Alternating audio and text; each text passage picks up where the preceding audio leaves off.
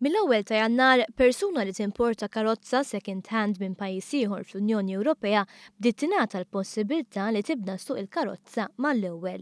Dan minflok iħalli l-karozza fil-garaxx għall-ewwel 30 jum sa ma jinħareġ ir-reġistrazzjoni ta' Transport Malta.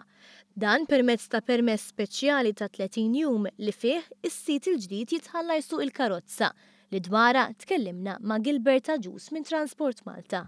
Bil-proċedura l-ġdida qed nagħtu iċ-ċans li dak li jkun iħallas għal permess meta jġib dik il-vettura. U allura għandu 30 days mill-ewwel ġurnata li dik il-vettura ġiet Malta.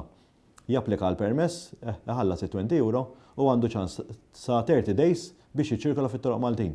U bekk ikun jista' jagħmel VRT, forsi joħodant il-mekkanik, forsi jrid idura xi ftit u hekk ikollu l-libertà li jkun qed jiċċirkola fit-toroq Maltin bil-permess validu. Il-permess fil-forma tad-diska tal-liċenzja titwaħħal mal-windscreen u dan mistenni jagħmilha iktar faċli għal fini ta' infurzar. Mhux ħajkollu dal-permess issa, allura ħajkun iktar faċli għall-enforcement officers biex iwafquh u jaraw jekk dak għandux l-assikurazzjoni, jekk il-vettura ilixaw għal iktar minn 30 days, u se tkun iktar faċli għalihom biex jinforzaw il-liġi. Fil-fatt, Transport Malta avżat li karozzi bi pjanċa barranija li ma jkollhomx dan il-permess ikunu rmunkati.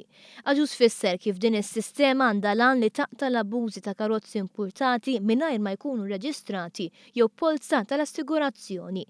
Mill-ewwel ta' Jannar ukoll in-numru tax-xażi tal-karozzi importati qed ikunu verifikati ma' database tal-Pulizija. Barra minn hekk anke il-persuna li se jirreġistra l-vettura se jkollu magħhom mistrieħ li qabel ma jirreġistra l-vettura ġewwa Malta, Transport Malta u l-Pulizija se jiċċekkjaw permezz is-sistema elettronika nazzjonali jekk dik il-vettura hux misruqa jew le.